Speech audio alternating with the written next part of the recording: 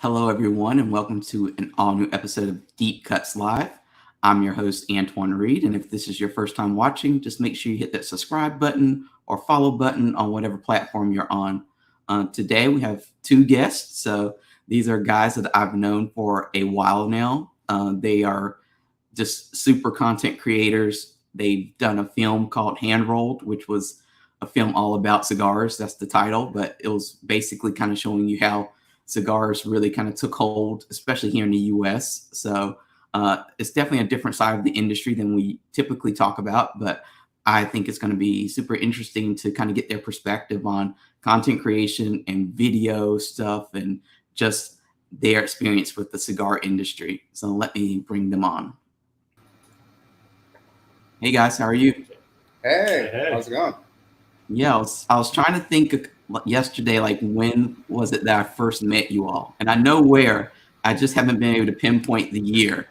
I know it was at, I think we were all at a Drew Estate party, media party one year at the IPSPR. So it was before the PTA came about, but when they were in their IPSPR phase. And we were at this Drew Estate party in like downtown Las Vegas, high up, and you all, I remember came in and you were saying like, we're going to work on this film about cigars. And everybody was like, yeah, okay. And like, nobody really got it.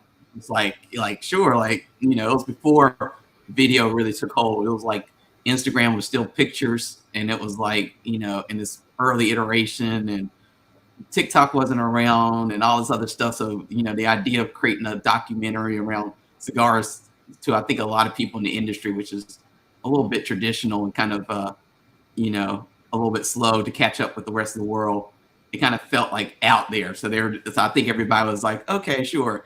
And I remember you going out on the trade show floor trying to get, you know, I think meet people and kind of get together like a plan. And so it was funny to remember that and to see where you all were able to take it. And then now you all are kind of like the go-to, I feel like, video storytellers in the industry when it comes to video, because you know how to like really tell a story through video. So I'm excited to kind of pick your brain about that whole experience and, you know, how you kind of view the cigar industry today. Yeah, I think that would have been 2016. Yeah, 16 or 17. Yeah. Yeah. But that sounds about right. Yeah, it does. Because I remember my first IPCR was 2015. So I was like, it couldn't have been before. It was, and then I looked at my notes and I was like, well, you know, stuff was coming out, I think, at the 2017 show or something like that. And, you know, I remember being in the audience once you finally got the film together, and you all were up there with Pete, you know, introducing the film at IPSPR, and everybody got to see it. And then like you all were kind of like, you know, like the champions of that show, because everybody was like, oh my gosh, this is like the most awesome thing we've ever seen. Like you all captured everything just right. And so it was like, it's been a while, but it's like just to kind of see you all kind of stick in the industry just kind of makes me happy, because it's like we need people like you all who can like tell a story in a more engaging way than, you know, I do a lot of written words, but people struggle to read these days, long form content, but they're all for like watching videos. So I think, you know, you all are like the go-to people when it in the industry when it comes to kind of that go-to and that video content to make it look cool and fun and exciting. So thank you. You're giving us a lot of compliments today, man. I don't know how to receive this. I was gonna joke around and say, like, you know, play around. I was thinking about that. There's an episode of Golden Girls where Rose was working for a TV station, and they tasked her with like populating this talk show, and she goes and she convinces Blanche and Dorothy. She's like, please come on. And they're like, okay, we'll come on. She's like, what's this thing about? And it's like, oh, it's about, you know, it's the thing about roommates. And, you know, and she's like, it's a show about roommates, so you all be great for it. And they're like, okay. And then they come on the show, and then like the host says, okay, well, like, hello everybody, and like, welcome to the show. And we can't wait for you to talk about, you know, this is a special show. It's about lesbians. You know, and they're like, what? So I was like, you know, I was going to throw you for a loop and joke around that, you know, we're going to talk about something completely off topic, like erectile dysfunction or something crazy like that. But oh, that's our niche, man. That's our new documentary. Exactly. But yeah, but you know, hand roll came out several years ago, and it's like it's 2018. still around. You know, so what was that like when you look back now at that experience? I'm sure it's like a completely different experience when you were like when it was in front of you, you were trying to get it done. So like, what do you all kind of remember about that whole experience of putting together that whole documentary? Well, I would say not a whole lot has changed since then for us. Really, like we're outsiders from the industry. I don't think, I mean, you've known us for a while. Like, we never try to pretend to be something we're not. We're just a couple guys that like smoking cigars and had a lot of questions. And we were lucky enough to be able to go and meet a lot of people that could answer those questions. And so, I mean, the experience was like, uh, it was eye opening. It was stressful. It was, you know, add a whole bunch of adjectives there. You know, like it was just, it was a lot. You know, at times we were ready to throw in the towel and, you know, frustrations. And but now, like, I think we're both pretty glad we stuck with it. And you know, we're just kind of behind the scenes guys that love to smoke cigars and, you know, put out good content. Yeah, I think. Sorry, I was just gonna say we premiered at IPCPR in 2018. Yeah, July of 2018, and then it came out on streaming platform for rent and purchase in 2019, exactly a year later. So we're coming up on, well, it's 5 years now since we initially premiered it. We're coming up on another 5-year anniversary next year from when it came out, like fully. So that's pretty fun too. It's pretty awesome. So how much footage, like, were you not able to like pack into that movie? Because it was, you know, I think everybody said when it debuted, like we didn't. I remember being the audience and we really didn't know anything about what this film was about or like how long it was. You know, you didn't know if it was going to be like a long feature film or if it was going to be like a short documentary, like 30 minutes or something but it was like a real kind of long film. But I would imagine, you know, having dealt with video stuff, that there's still a lot of stuff that you all maybe didn't use or you all like had to cut. So was there a lot of stuff that you weren't able to pack in? I think we could make a whole other movie with just the stuff we left out. No, definitely. I think we did 60 some odd interviews. Something like 30-ish made it to the final cut. And there was a lot of good stuff in there. It's just, you know, when you're packing it down to an hour and a half. I mean, this was a 3-year-long process for us. You know, we weren't, you know, doing like a travel channel exclusive or something. Like we really like wanted to talk to everybody that would have us. And, you know, our goal was to just contextualize the industry for what it was. And, you know, a lot of people, you know, it's like a lot of young guys like us who weren't around during the boom, who weren't, you know, privy to everything that was going on. You know, we had a lot of questions. And you know, what am I going to do? Go and try to source every cigar aficionado article that ever came out, or every, you know, tobacco business article, or, you know, like I started smoking in the aughts. So I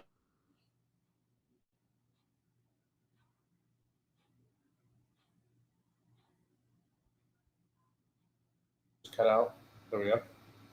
We don't know why, it's just there's this history that we were just not privy to. It's like we picked up a cigar and we're like, oh, this is good.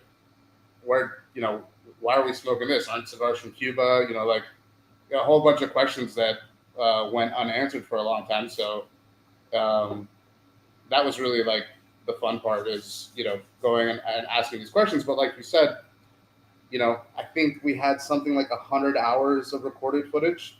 I don't even remember. It was probably somewhere around there. Like 26 terabytes, I think it was. Yeah, a lot. There was a 4-hour cut.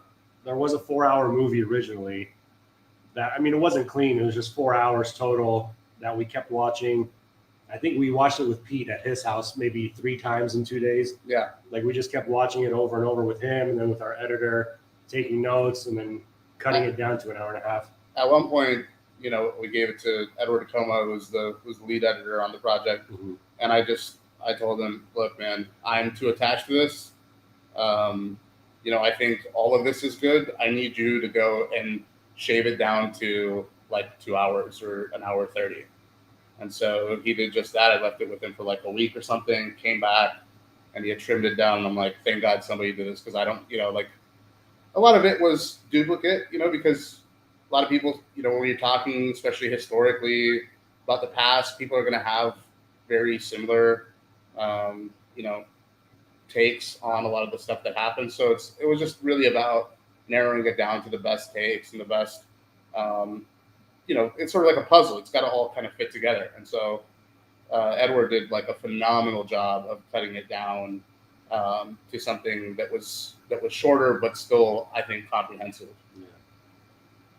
Yeah, like you were saying that you approached this project basically because you had questions, which you hear a lot about in any industry, not just the tobacco industry, like being led by curiosity. What were some of the questions that each of you kind of had that you were hoping to get answered through this documentary? Well, the first thing we did when we decided to make the film, because we were for like 2 years, we were trying to decide what kind of documentary we wanted to make. We're commercial filmmakers, we still are, and we do content creation, all that kind of stuff too, but we wanted to push ourselves and make a full-length documentary. And we had some ideas here and there, and then finally just kind of clicked for us, like, dude, we smoke cigars, we collect cigars. There isn't one really, at least not a more relevant one, documentary on the cigar industry, so let's just do one on the cigar industry. Let's do it on something that we love.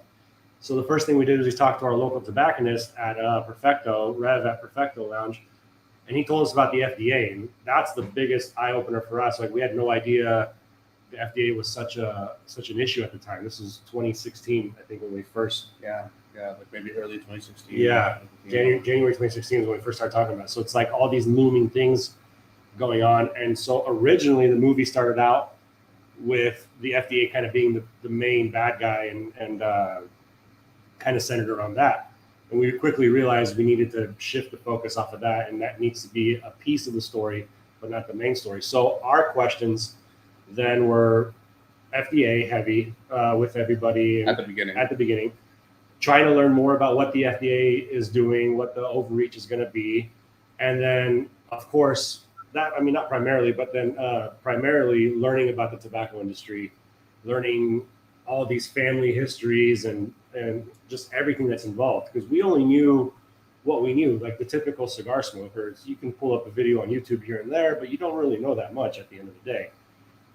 So that was. Now it's a little different. Now there's so much more content available now, and people talking. There was some stuff then too, but it was not as much in 2016. So that was like, for us, it was just kind of like, dude, we want to soak up all the information we could possibly get. And all of our interviews were conversations. We had some set questions every time, but at the end of the day, it's like, let's have these conversations as well on camera, and we can learn from that as well and kind of put together a better story that way. And I would say we also, like, just in shifting gears, because we took like 3 years to make the documentary, we did it like in our spare time, and we had time to travel and stuff like that. So we had sort of, weirdly enough, the benefit of hindsight built into the long process. So when we started out gung-ho talking about the FDA, we got like 2 years into the process and we're like, this is not the best story to tell here. Like, this is interesting, but ultimately, like, if we want to help, even with stuff going on with the FDA, we got to be like the hearts and minds type of story, not something that's just heavy on regulations and talking about this and talking about that. So we're like, let's just cut most of that. I think total, if you add up, out of 90 minutes, if you add up everything to do with regulation, it's left at like 4 minutes out of 90. So we wanted to mention it. We thought it was important in the end, but it really, we didn't want to make it the star of the film or something like that. And so, I think you saw Antoine. You saw the original cut of the film at IPCPR. The one that we premiered is slightly different than the one that you see now. Okay. I don't know if you remember that. No. There's a scene cut. There's a scene cut, one interview cut, and then the movie originally ended on a tribute to Padron, and then we kind of shifted that, and there's a tribute to Padron and a tribute to Fuente, kind of mixed Embedded in into there. it. Yeah. So there it's not drastically different, but it's definitely different than what it was the version that you saw, or that everybody saw it. So the 800 plus people that saw it, they saw a different version that's out right now.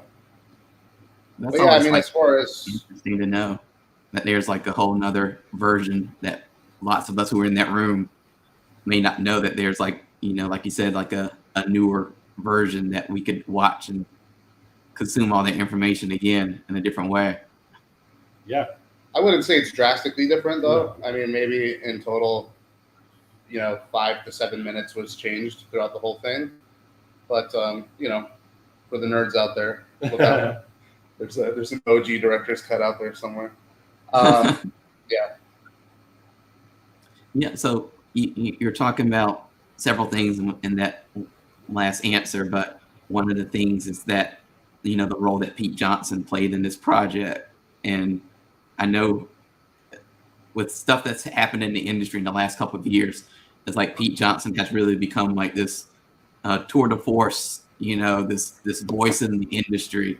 And I think it was like through hand roll that he really kind of, shifted his position a little bit. Because then just, from going from just being a brand owner to being, like I said, somebody who really is going to take the mantle and kind of like communicate to everyone about what's going on in the industry. So how did you all meet Pete, and like what did he kind of teach you about the whole cigar industry and the whole process of like how to tell the story properly?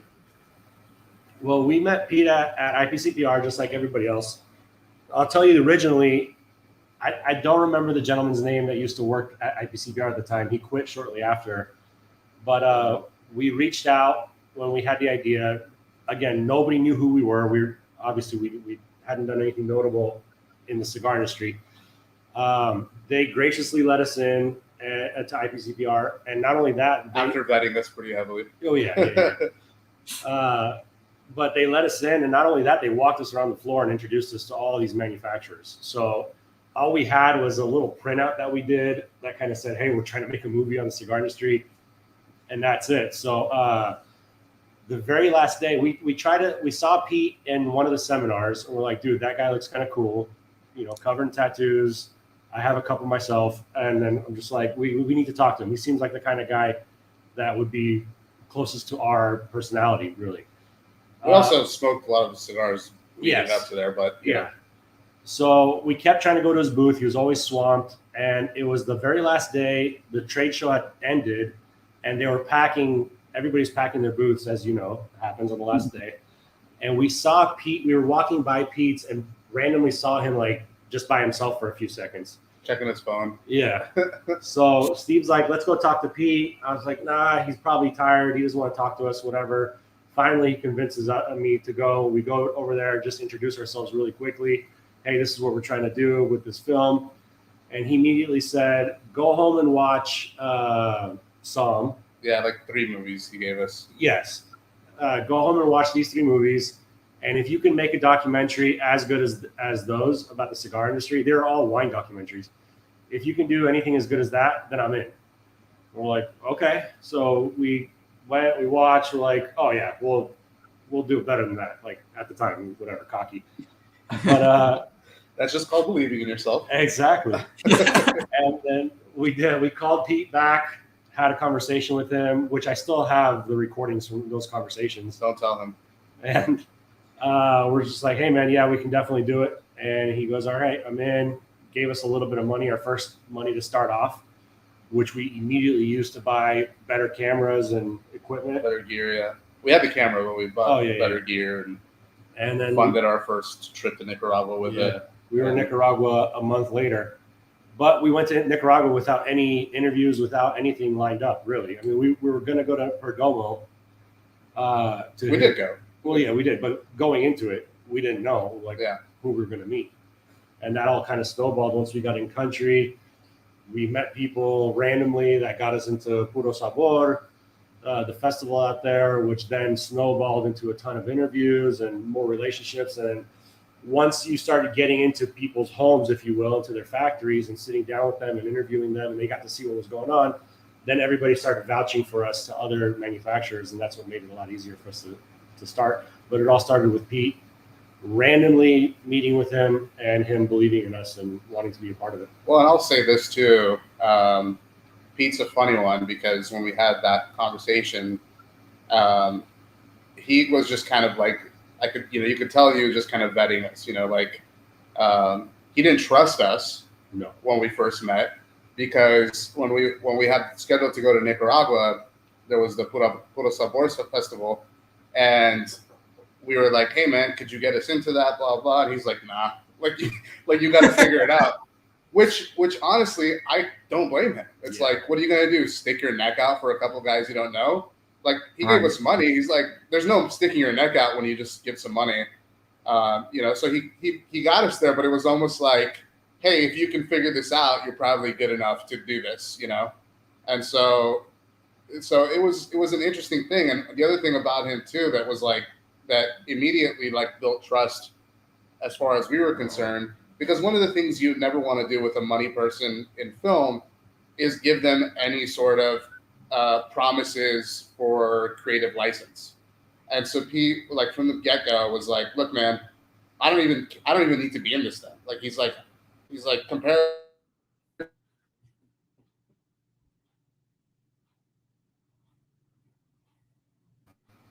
I don't want you to think this is the Pete show. And I don't want anybody to think that. And he's like, if I don't even appear in this damn film, I don't care. Like, it's not about that. And funny enough, like we were working on like, peanuts in terms of our budget and stuff. And when we went down to LA to get Pete's interview later in like 2017, the hard drive that we saved all this footage on corrupted, and we didn't have a backup yet. So the only person's interview that we lost throughout the whole process was Pete Johnson's.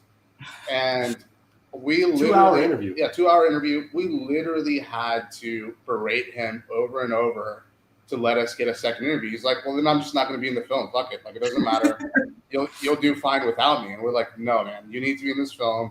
It's not about, being executive producer, but you have a perspective, and it's a good perspective. And I think you can help us fit in a lot of the gaps between the old and the new, and some of the early brands and some of the newer brands, and we need that connection point. So like, it took convincing, and I think that's, for us, that was like, it was a signal early on where we knew, like, this is a guy we can trust, because he's not in his own ego. He's not like, he's not about doing something to make like a cult for himself out of this project. And I think he showed that all the way through. And I mean, to this day, there's no paper that we ever signed or anything like that gave him any sort of creative freedom. Like, we literally could have just been like, yeah, we don't, just give us money and fuck off. Like, he was pretty much fine with that. But I mean, our relationship like grew throughout the years, because I mean, he's just such a good source of information for people to talk to. And later on, he did help us get interviews and stuff like that. But I just thought it was funny for us. It's like, these guys are dropping money on us, but he won't set us up with an interview with Pepin, like, or something like that. He's like, nah, man, you got to reach out on your own. It was kind of funny. So, and we had no connections. I will say that Pete did finance most of the film, and like really believed in us at the beginning. And so that's why he didn't even want to be listed in the credits. We put him as executive producer. He fought us on that hard, but he was our biggest fans. Well, that sounds horrible, but he believed in us, right? Mm-hmm. But a lot of the industry came together, and a lot of the manufacturers donated to make the film possible. Aside from Pete. Yeah, definitely. We have them listed in the film as contributors. They're on our website. We have their logos on our website so everybody can see that. And so it would not be possible without a massive group effort from the entire industry. And for that, we'll always be very grateful to everybody. Yeah. And you talked about the Pete, interview and how important that was to you all to get that into the film. But was there a particular interview or conversation you had during the filming that really stood out to you, or either? I mean, I'm sure you probably each have your own favorite interview from the film. I think the one that not stood out the most, but the first one that comes to mind, aside from Padron, right? Because that one was, I'll let Steve tell that story because that's a funny one. But Daniel Marshall was the one where, like, the entire time we were there, like, dude, this guy's so fucking nice. Like, I've never met someone so genuinely nice and happy about life. And just like, you just met him and he can't stop talking good things about you or giving you praises. Just like, man, I wish this guy was my dad. Like, he's the nicest guy in the world. I think that's one of the ones that stands out the most for us, for sure. Yeah, not to mention that we got to do that interview like in Venice Beach, you know, right by the ocean. That was like real nice. He invited us over. You know, he rolled some gold cigars, you know, his little trademark, like gold cigar, stuff like that. It was just fun. It was just a fun day, a nice day.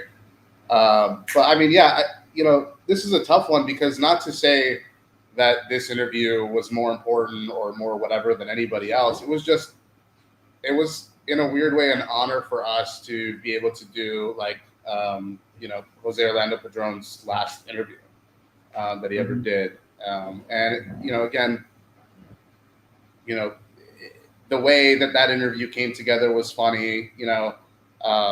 It was just a whole lot of things surrounding it. Like it would never happen. You know, like we had interviewed George like 2 days prior or something like that, or the night before maybe.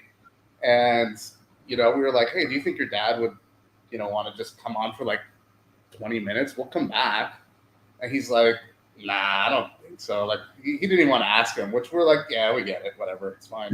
We didn't think so, but his health wasn't also too great. Yeah. At that point, he was okay, but yeah, he was a little bit, you know, on the decline. But still, like, I mean, jovial and funny and whatever.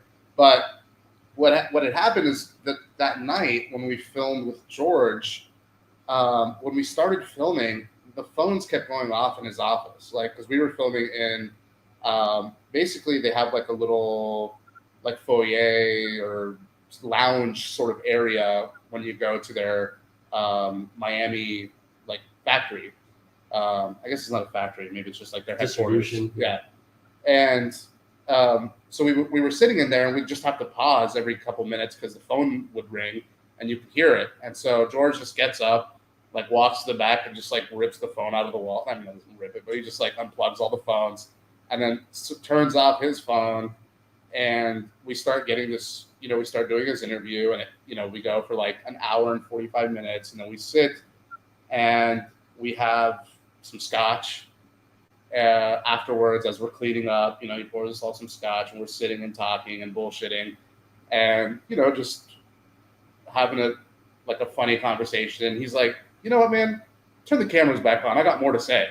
So I'm like, okay. So we just set everything back up real quick. And, you know, the discerning among you will notice like light shifts in those interviews because, you know, everything was positioned slightly differently because we'd already started cleaning up. But we set everything back up and he starts talking. We go for another 45 minutes or something. And anyway, it was great. It was awesome. We cleaned everything up afterwards. We got out of there. We said goodbye. And the next day, we get a call from George, like, you're not going to believe this. I'm like, what? And he's like, when, you know, remember how we unplugged the phones and whatever? And we're like, yeah, what of it? He's like, well, I guess my wife was trying to get a hold of me the whole time. And because I turned off my cell phone and the office phones, she ended up just calling my dad and asking if he knew where I was. And he's like, oh, I saw him at the office with some gringos earlier. So maybe he's like with that. And then, you know, he talks to his dad the next day and he's like, are you okay? What's going on? Your wife called, like all this and that, all worried and stuff. Like, what happened? He's like, dude, we're just doing an interview. And it lasted a little longer and I had to turn off the phones for the sound thing. And he's like, oh, okay. I thought those gringos were terrorists. Like, I don't know who they were. I don't know what was going on. I got all scared, whatever. And he's like, no, they're just filmmakers. They're doing a documentary. He's like, well, why don't they want to talk to me? And we were like, and George was like, so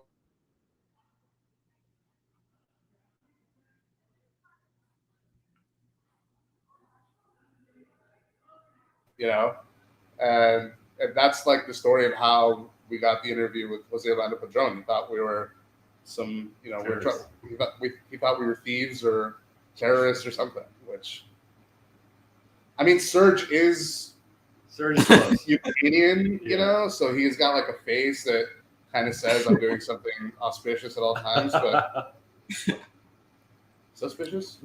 That's definitely whatever. You get it. But I think when you talk about this whole experience, I think it speaks to a lot of content creators and people in the industry on the media side, because you always wanted to expand your network and get connections, and there's always somebody that but you never want to like say like, can you help me get this interview or whatever. So I'm sure you just like learned a lot of like how to kind of like speak the cigar industry lingo and how to connect with people through this whole experience. Because I found on the media side sometimes, when you go to visit someone or you go to a trade show, like when they offer you a cigar, like go ahead and just smoke it, even if you don't feel like smoking it, just because it's like, it's just like that way that conversation starts. If you say I don't want it or no or something crazy like that, then it kind of stunts that conversation, and and then that little branch that you're kind of chasing kind of just like ends there. So I'm sure you kind of learned a lot. We had a couple rules on that, and one of them was we never asked for cigars ever, right? And we like, especially on the trade show, we never interrupt somebody while they're with clients, and that was just like the two main rules that we had going in. And the other thing is like, but on the other side, like in terms of if you're somebody trying to make content, you have to take the producership role very seriously. Like when we're on set and we're directing and we're setting up all the lights and doing all that stuff, that's because there was a whole bunch of work done beforehand, in getting in touch with people. And really, there's no other way to say it other than just be annoying. Like, I mean, when we interviewed Marvin, he walks through the door and does not say hi, does not say nice to meet you, does not reach out to shake your hand. He goes, I told you fuckers no 3 times, and here we are. And we're like, yeah, sweet. And it's just like, you got to be persistent. You got to be a little bit annoying, and you just got to keep reaching out because people are busy. Like a lot of times it has nothing to do with you if you're being ignored or if you're whatever. It's like not a slight. It's just people are busy. They've got busy lives and busy schedules and families, and being a little bit persistent. Again, that's in the film industry, that's like what a producer does, is they get creative with how they reach out to people, and that really helps. Are you two like kind of surprised by how much video in particular has kind of like blown up over the last couple of years? Because like you were talking about, like there wasn't a lot of content, like video content when you all first started the whole process of putting the hand roll together. People weren't doing podcasts and video interviews and using it when there was no Instagram Live, there was no TikTok and stuff. And now it's completely different. Now you can just like type in, like I tried it today, just typing in like, so-and-so interview, like from the cigar industry. And it's no like written content. It's all like video content. It's like YouTube videos.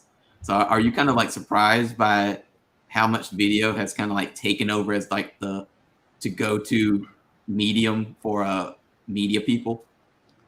I don't know about. I'm more surprised that it took this long to catch on, but I'm very happy that there is so much. I mean, it's just the way everybody consumes information now. So this is the best thing that could happen for the cigar industry, especially during COVID, when everybody was doing virtual herfs and all that stuff. I mean, I think that helped out so much in the industry, and I love the fact that there's all this content, and I love that we get to do a lot of stuff still. We still do a lot of stuff with like Blackbird Cigars lately, Tatawahe always, my father, just everybody. We get to do a lot of work with a lot of people, and I love that aspect of film, is being creative in the cigar industry, outside of, no offense to print magazines and stuff like that, but it gets to show it in a different light as well. So I think both are equally important, and it's just great that that's taken over or it's taken off. Steve, you have Yeah, anything to add? I just think we have, our generation. I don't think I'm surprised really. Like, what other alternative is there? Everything's sort of going that way, Mm-hmm.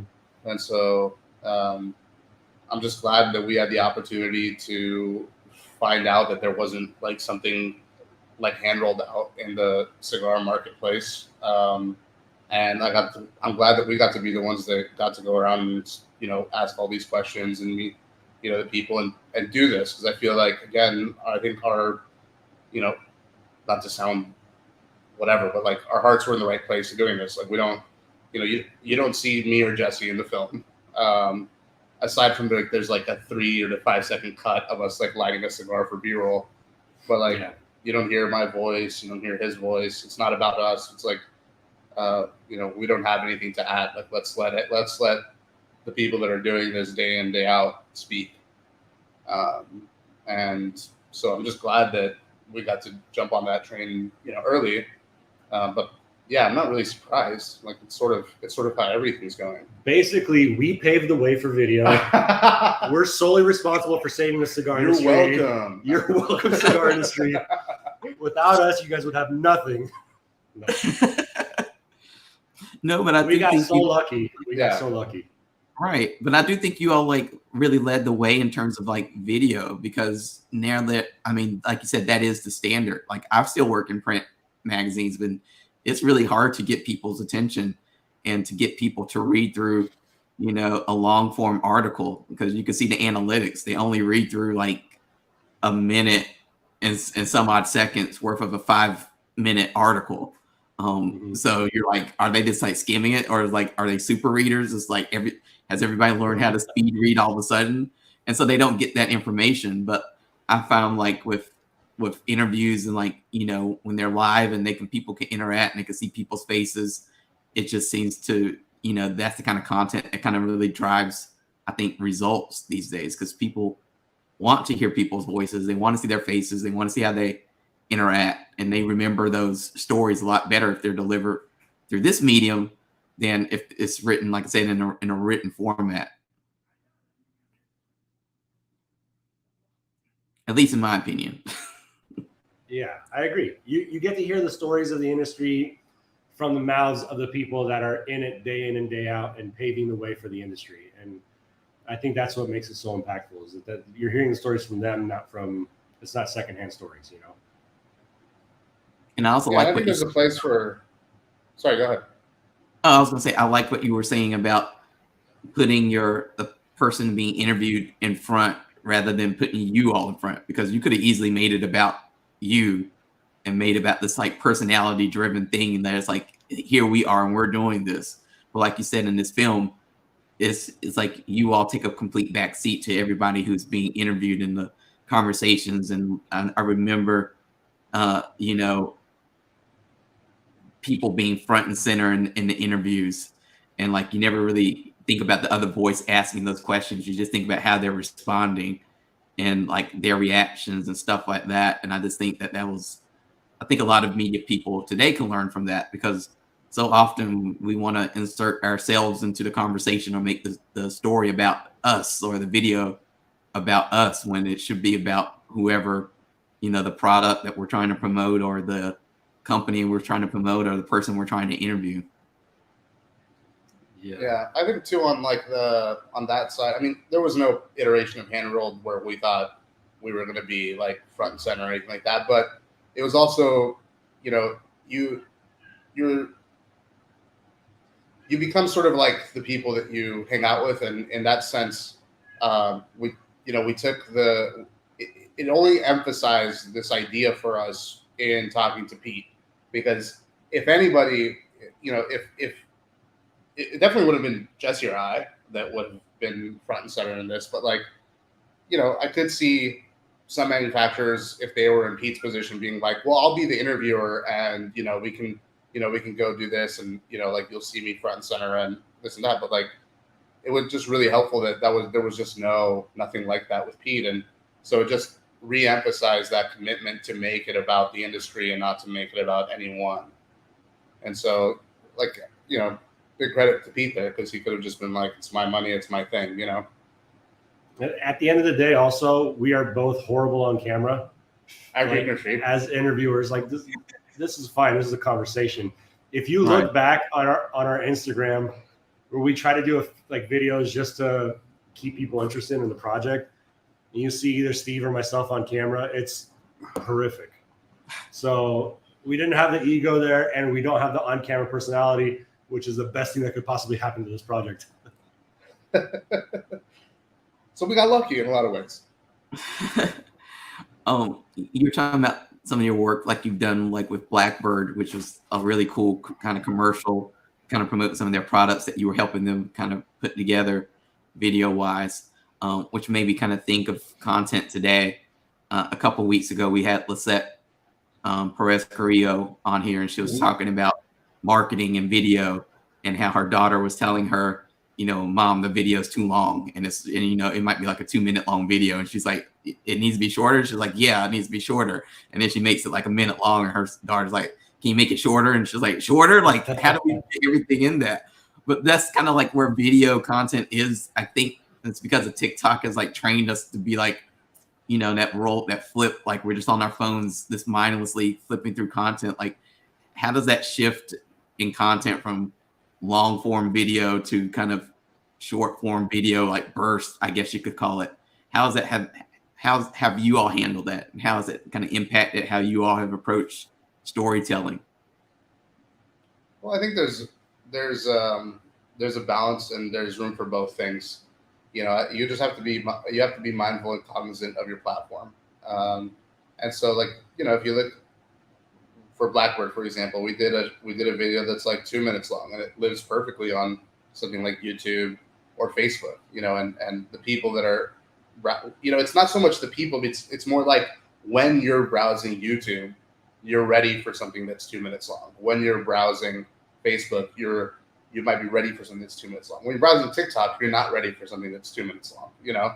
So it's just, you have to tailor the content that you're making for the platform that you're showing it on. And so, you know, with Blackbird, we have like a 2-minute cut of a certain like film that we did for them. And then we have just these little short 10 to 15 second snippets that are just showing off the content, showing off the brand. And it's like, which platform are you on? Which platform are you using? And that's what you're going to see. And so you just have to, you know, you have to keep that in mind when you're creating the content, that you want as broad of a reach as possible, and you have to tailor your content to the platform. I mean, we did when Pete launched Fausto, we did like a 3-minute long thing on it. It was awesome. I mean, it's a short story. Yeah, it's like a short story. Like the cinematography is great. You know, there's like a lot of really cool stuff there. But that's not going to go live on TikTok. It just can't. Yes. When it comes to like asking people questions, like you're talking about in the interviews that you all did for Handroll, like what did you kind of learn about that process? Like, how do you get the good information out of them? Because I know that there's, being an interviewer, there are definitely sometimes when you reach a person who's like, you know, you're ready for that long, you know, really meaty conversation, and ready for them to give you, you know, just something extended, like a real in-depth answer, and they give you like a sentence, and then they sit there and look at you, and you're like, ooh, like this is going to be painful. So like how do you get good information out of the person that you're trying to interview? I think I'll take this one really quick, just because to me, it boils down to just one word: alcohol. No, that does help though. Everybody we interviewed, that's a fact that nobody knows. We'll announce it now on Deep Cuts. Every single person we interviewed in the movie is completely hammered. That's an exclusive just for you. No, it does help though. No, but I think, I mean, just you can speak this too, but you know, it's like there is an amount of, wouldn't you say like the best interviews that we had were when we had like time to sit with the person? Yeah. I mean, not always, but generally speaking, if we've had some time to sit with somebody beforehand and they got to know us, and the fact that we're not like, I mean, like, we're just silly like goofballs that like to joke around and have fun. It's like having that time with somebody before an interview to like really get to know them is really helpful. It sort of, you know, lubricates the conversation in a way that, you know, if you're just sitting and you've got all these lights in front of you, these big cameras and whatever.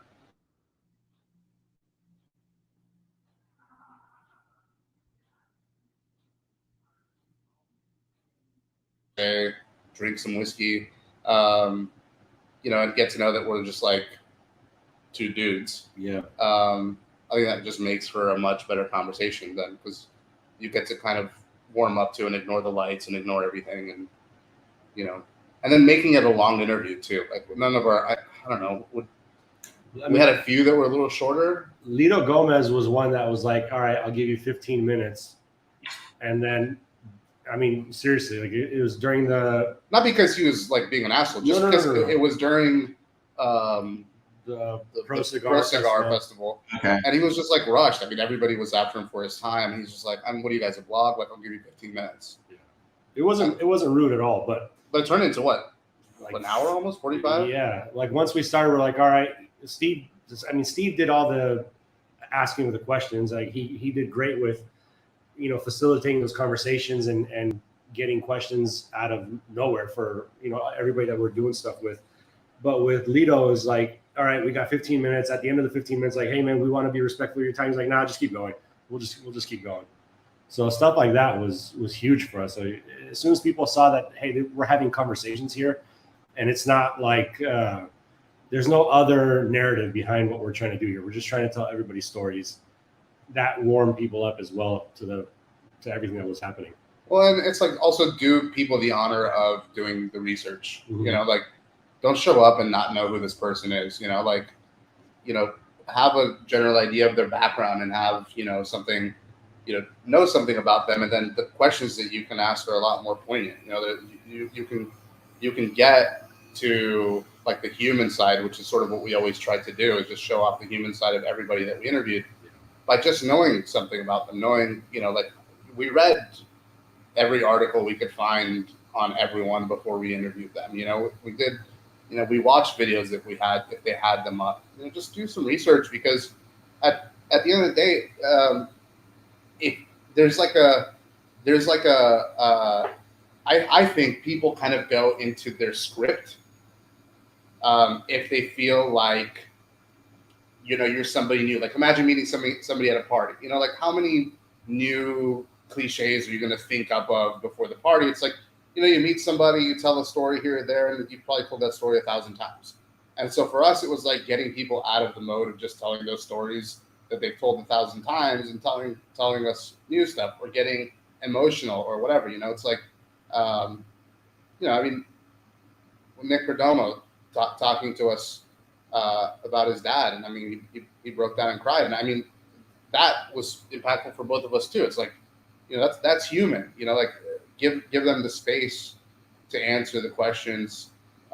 That's not just, you know, that aren't just the typical questions that everybody asks. And, you know, people will surprise you. Looking back at hand rolled, you know, if you had to do a follow-up to it, what would you want to include in that follow-up today that you, after, I guess, you've experienced the cigar industry for several years now, you know a little bit more about it, you've met different people, probably now that people seen the movie, they're probably more willing to speak to you than they may have been like that first round. So what would like hand rolled, you know, 2 or hand rolled again, what would that look like? I think it'd be really fun to tell follow-up stories now that it's been 5 years since the premiere. Almost. Well, the premiere itself was 5 years. You know, 2018, 5 years next year. Oh, yeah. Okay. My bad. Math. But 5 years since we started. We started, more than that. So it'd be fun to tell some of those follow-up stories, especially some of the smaller manufacturers, stuff like that. It'd be really fun to tell more in-depth stories, because the movie itself it's a bird's eye view of the industry, and also telling the history of tobacco pretty briefly. just so everybody gets an education on why cigars are the way they are today, and why we enjoy cigars the way we do today. And you have to tell the story.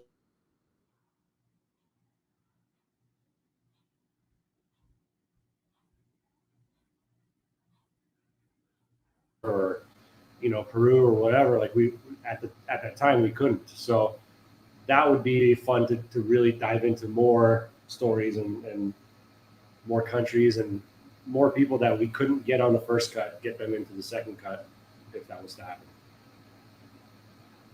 Yeah, and just you know, telling more in-depth stories. You know, like one thing we're doing right now is, you know, a series. We started shooting that, and probably the first episode will launch in the next roughly year. Mm-hmm. And it's with JC Newman, and just having, like, you know, 45 minutes with one manufacturer. I mean, the stories are so, you know, they go so deep, and we intentionally left a lot of stories sort of untold and hand-rolled. You know, if you watch, for example, Carlito's interview, I mean, there's a reason we didn't get into the Opus X story. There's a reason, you know, we didn't go further on a lot of points, because it really deserves more time than you can give somebody in an hour and a half. I mean, that story, the story, you know, of how he came on Opus X, and you know, how it sort of changed the game in a lot of ways for Dominican cigars, that deserves more than, you know, like a quick 30 seconds or a minute. And so I think there's follow-ups, really, like Jesse said. Yeah. Those follow-ups, you know, diving a little deeper, and, you know, giving you some time with just one manufacturer. Is there anyone that you're really like hankering to work with or interview or feature in one of your projects in the cigar industry in particular? I don't know, man. We got a lot of the people that we wanted. We got Marvin was a huge one because he's such a pivotal part of the story. I wish we would have got Don Carlos Fuente. Yeah, I mean, that would have been. I really wish we would have got him.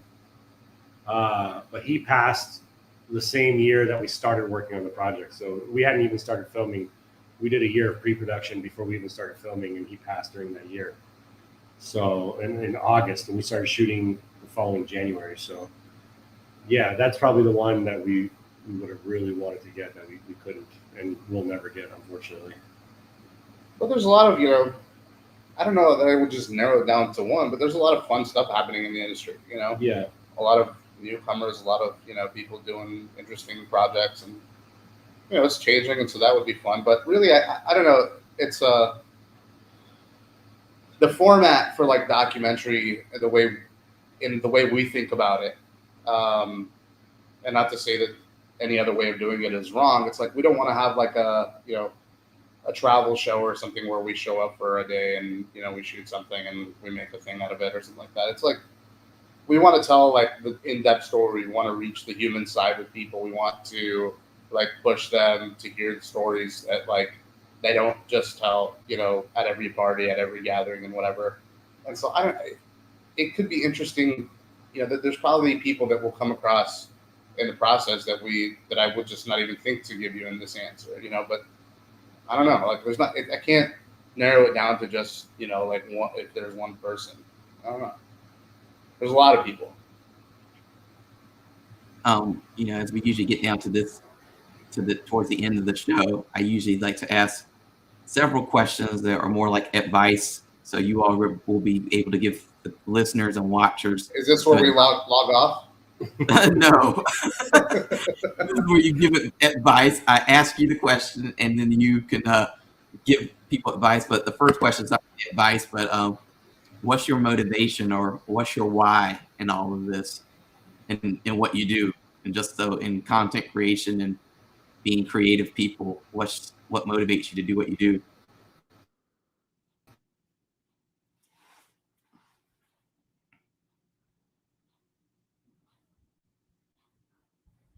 Commercial for our local gym or something, or an hour and a half long documentary on the cigar industry. We love to tell stories, and that's what we've done from the beginning. of our careers to now, that's what we get most excited about. That's what we spend the most time on, is working on getting someone's story out there. And that's what motivates us the most in everything that we do. Yeah, I think a lot of times what filmmakers set out to do when they start is to tell stories, and they get stuck somewhere along the way in the production hustle, and they get stuck, doing things they didn't necessarily think they were going to do when they started. And for us, like Jesse said, it's always been about, I mean, not to say we haven't lost focus of storytelling at times, but it's always been about, having those moments throughout the year, when we're in the busy, rush of production, to stop and say, like, are we telling some of the stories that we want to at least? And, it's more than just stories, but it's like the stories we want to tell. Sometimes we're telling somebody else's story. Sometimes, it's like, I'd like to tell a story that I want to tell. And it's, making time for that.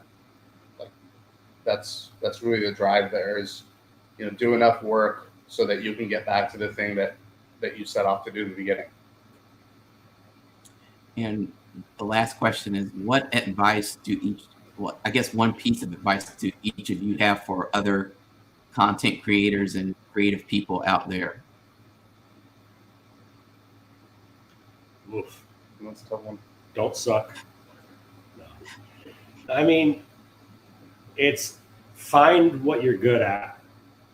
And in order to do that, you're going to have to take 1,000 shots to figure out what you're passionate about, what you love doing, and the direction you want to go in. And we're very fortunate in that we're like-minded in a lot of ways, but we're very different in a bunch of other ways, which makes us a great team in storytelling and in film and everything that we've done. So I think it's just figuring out your why, like you asked, and a lot of people want to figure out their why. Figure out what you're good at. If you're working with other people, figure out their strengths to combat your weaknesses, and get rid of that ego. Just work well together, work well with other people, with your clients, with everything, and just figure out what you're passionate about. Yeah, and take some lofty risks too. Yeah. Every time we set up for a shoot, it's like that's piggybacking off what Jesse said. Like, we have different strengths and weaknesses between the two of us, even, and we'll come up with an idea, and then one of us will be like, "Oh, what if we did this crazy thing? Could we pull it off?" And That's Steve usually. and usually it seems like unattainable, but like, a lot of times, if the collective wisdom is no, the answer is no. But sometimes you get lucky, and if the collective wisdom is no, it's just about finding a way to do that thing. And so take a little bit of a risk. If you're creating content, try to find what makes you different. Like, I mean, we come up with half-baked.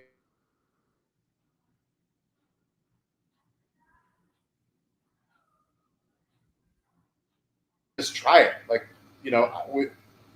we've spent, how many things have we trashed that we've tried? So much. Like, just so much of the when we try to produce something, so much of it just goes in the trash. It's like, well, that didn't work. Next, so, and be fine with that. It's just part of the process. Well, cool. Well, if people want to watch Hand Rolled, I know I tried to find all the different places it was available for this banner that's been playing on the video, but there are going to be people who are just listening to this, so they've not seen the banner. So could you tell people where they can find more information about Hand Rolled and how they can keep up with you all and whatever you all are doing?